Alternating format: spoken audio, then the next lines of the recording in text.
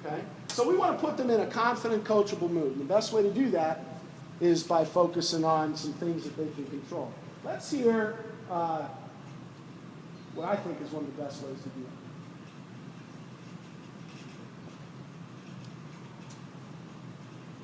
Yeah, I think one of the most important things that we all can be in coaching is focus on the process, not the result.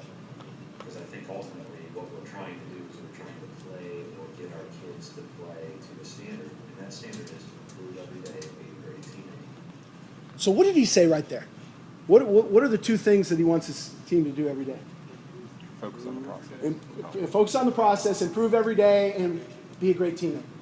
I mean, for you kids in youth sports, I think those are two really, really simple, good goals, right? Are you working, trying to improve, and are you being a good teammate, right? I mean, if you start with that as a simple way to start, that's a pretty good place to go from there.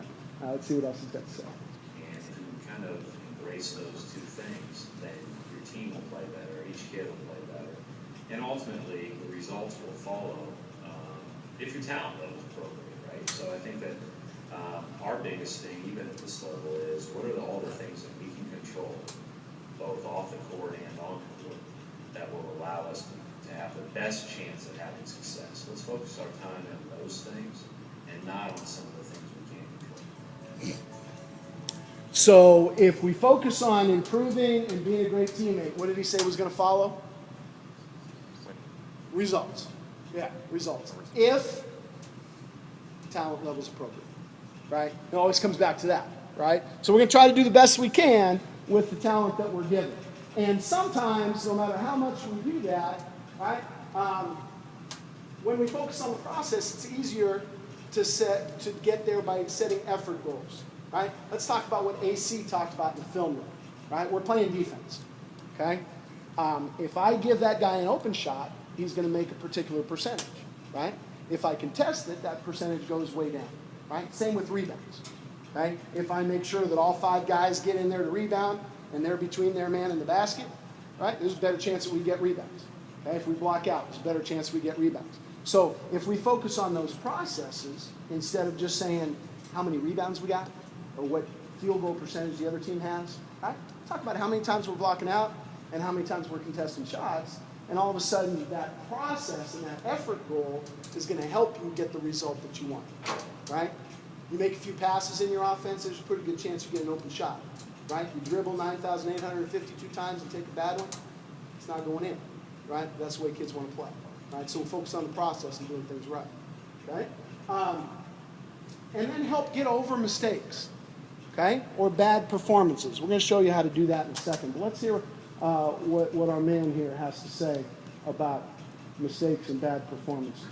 This was in the NBA Finals in 95-ish, I think, against the Celtics. 96, maybe?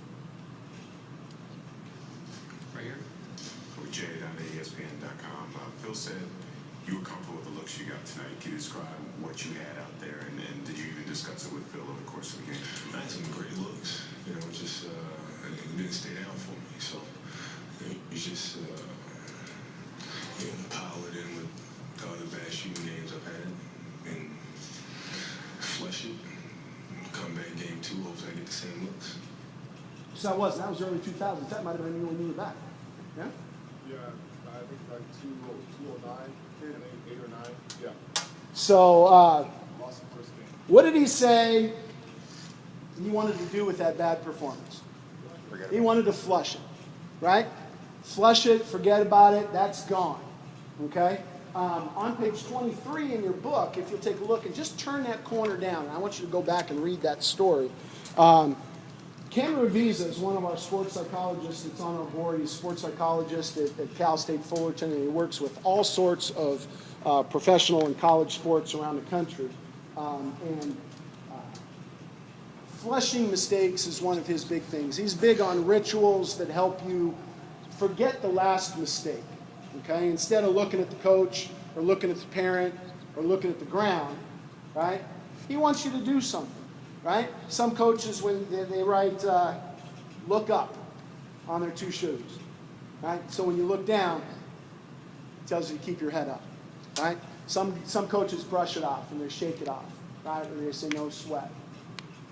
we talk about flushing mistakes, right? So a kid looks at you, and he wants to know if you saw it. He wants a little reassurance. But what he really needs to know is you still believe in him. There's not a sub running to the table, right? And you better get back and get ready for the next play, right? That's the stuff that's more important. So you don't have time to say all that in the middle of a game, right? So when that kid in the middle of the game, throws the ball away and he turns and looks at you, right? You tell him to flush it. Right? Just give him that little sign, just as if you were calling a play, right? Tell him to flush it. It means I saw it.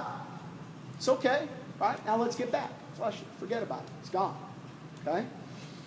Eventually, that kid won't feel the need to look.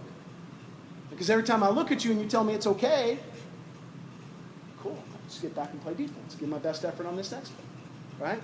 And then, my man beats me baseline, and I look at you, and now at some point in time, we got to correct, right? Let's talk about how we're going to do that. So we're going to help kids forget the mistakes so they don't play with the fear of making another one, but they got to remember the important stuff too, right? So we're not saying forget everything. We don't say it's okay on everything. Let's talk about what we're going to do next.